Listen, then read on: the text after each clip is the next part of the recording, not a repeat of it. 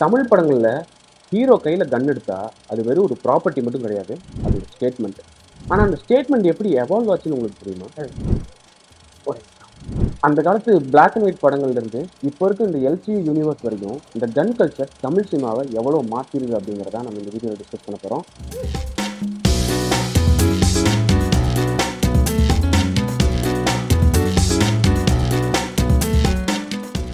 Myself Suryakrishna. Myself, Krishnanummi. Welcome to Atmos video.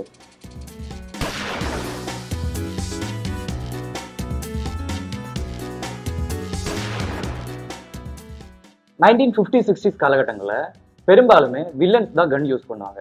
For example, Nambiar gun use பண்ணுவாங்க, MGR கையில தான் சண்டை போடுவாங்க. அதே மாதிரி இந்த ஒரு சமயத்துல இந்த கன் அப்படிங்கிறது ஃபாரின்ல இருந்து வந்த ஒரு ஈவிலான பவர் இல்ல கரப்ஷன் அப்படிங்கிற இந்த மாதிரி மோசமான விஷயங்களை தான் குறிச்சிட்டு இருந்துச்சு. அதையும் மீறி ஹீரோஸான எம்ஜிஆரோ சிவாஜியோ கையில கன் எடுத்தா அது ஜஸ்டிஸ்க்காக தான் இருக்கும்.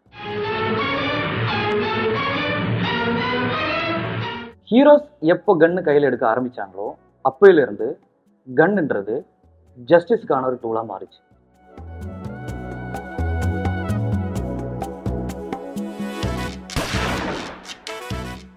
நைன்டீன் எயிட்டிஸ் இந்த ஒரு பீரியடை தமிழ் சினிமாவோட ஆக்ஷன் ஏரா அப்படின்னு கூட நம்ம சொல்ல முடியும். ஏன்னா ஆக்ஷன்னால தமிழ் சினிமாவே டோட்டலா சேஞ்ச் ஆயிட்டு இருந்துச்சு. ரஜினி, கமல் எல்லாம் கையில கன் எடுத்து ரொம்ப ஸ்டைலிஷா கன் கல்ச்சரை இன்ட்ரடியூஸ் பண்ண ஆரம்பிச்சாங்க. ஃபார் எக்ஸாம்பிள், ரஜினிக்கு வந்து பில்லா, கமலுக்கு வந்து விக்ரம்.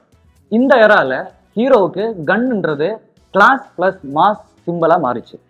பொறுமையா வைலன்ஸா இருந்த ஒரு விஷயம் ஏஸ்தட்டிக்கா மாற ஆரம்பிச்சது. அண்ட் இன்னொரு விஷயம், அந்த டைம்ல என்னதான் சென்சார்ஷிப் வந்து கொஞ்சம் ஸ்ட்ரிக்டா இருந்தாலும் ஆடியன்ஸுக்கு ஒரு விஷுவலான த்ரில் தரணும் அப்படிங்கிறதுனால நிறைய படங்கள்ல கன் யூஸ் பண்ணாங்க. 90sல மாஸ் ஹீரோயிசம் தமிழ் சினிமாவை டிஃபைன் பண்ணிச்சு. கன்ஸ் வந்து ஹீரோஸோட ரேஜா மாறிச்சு. துப்பாக்கியை புடி சூர்யா. ஸோ அர்ஜுன் பார்த்தீங்கன்னா ஜென்டில்மேன்ல கரப்ஷனுக்கு எதிராக கன் எடுத்தாங்க.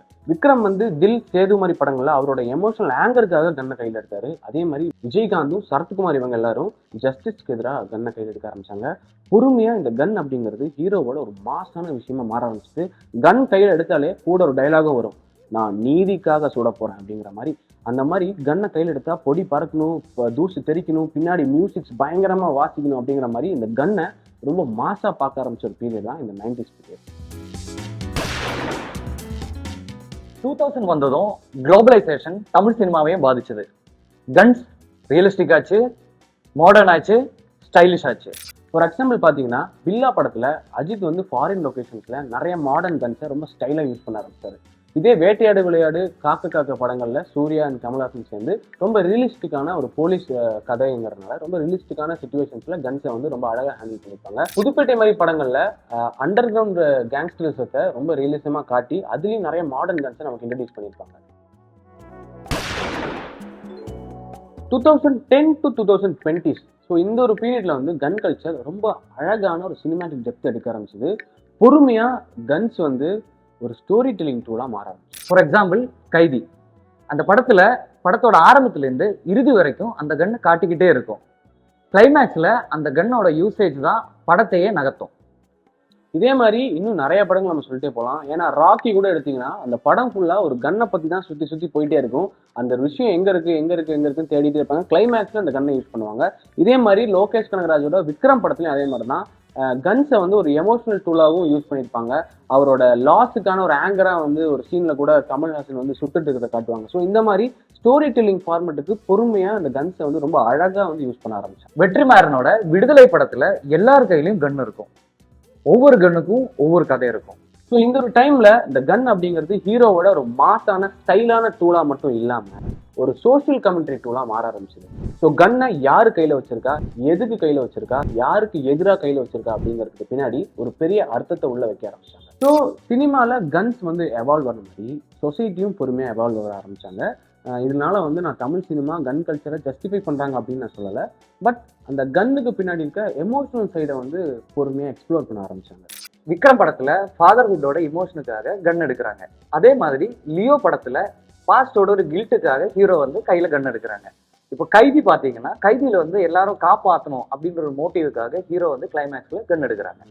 ஸோ இப்படி என்ன ஆச்சு அப்படின்னு பார்த்தீங்கன்னா இந்த கன் அப்படிங்கிறது வந்து வெறும் ஒரு ஸ்டைல் இல்லை ஒரு மாசான டூல் மட்டும் இல்லாமல் ஒரு ஹீரோவோட ஒரு மிரர் செல்ஃப் அப்படிங்கிற மாதிரி மாறிடுச்சு.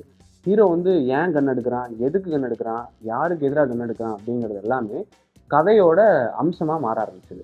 அந்த காலத்து எம்ஜிஆரோட மாரல் ஜஸ்டிஸ் ரிவால்வர்ல இருந்து இந்த காலத்து எல்சியூவில் காட்டக்கூடிய நவீன மிஷின் கன்ஸ் வரைக்கும் தமிழ் சினிமாவோட கன் கல்ச்சர் அப்படிங்கிறது ஒரு பெரிய ஸ்டோரி டெல்லிங் எவல்யூஷன் அப்படின்னு நம்மளால சொல்ல முடியும். ஸோ வந்து அடுத்த தடவை நீங்கள் தேட்டரில் யாராவது உங்களுக்கு பிடிச்ச ஹீரோ கையில் கன் எடுத்தா ஒரு செகண்ட் யோசிச்சு பாருங்க.